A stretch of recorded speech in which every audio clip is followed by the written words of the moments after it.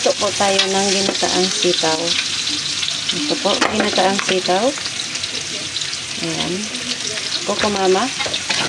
Bago yun, giprito ko muna yung manok.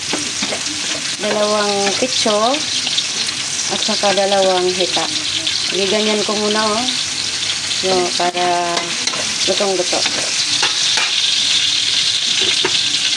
Ayun.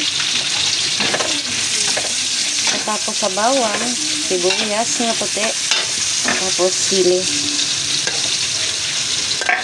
3 sili. At saka 2 na green na sili.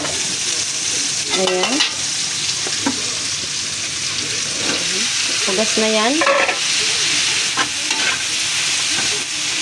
Ayan po ang ating recipe.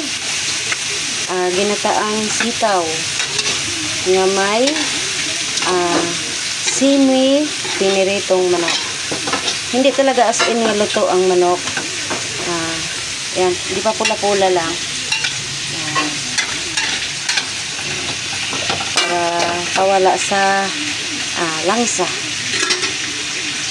Tapos ayan, hindi pa masyadong lagay lang natin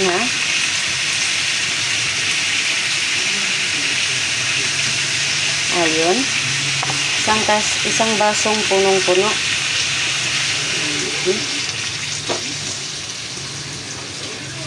Yun po ang atong recipe ngayon.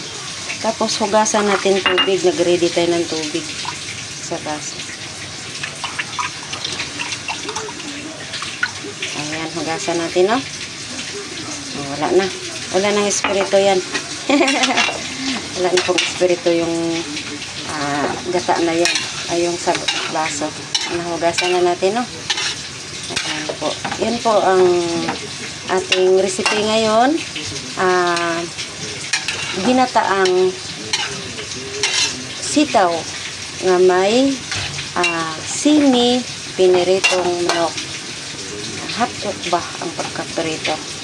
Tapos ayan, lalagyan po natin ng magic. Magikin po natin hirap po natin magkuha ng magic.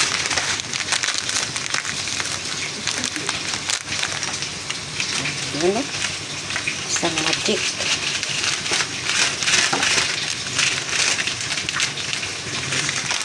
Tapos lagyan po natin ng paminta. May paminta pa ako dito. Sana hindi na ubos.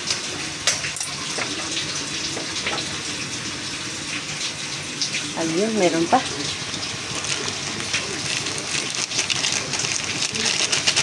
Ayun po.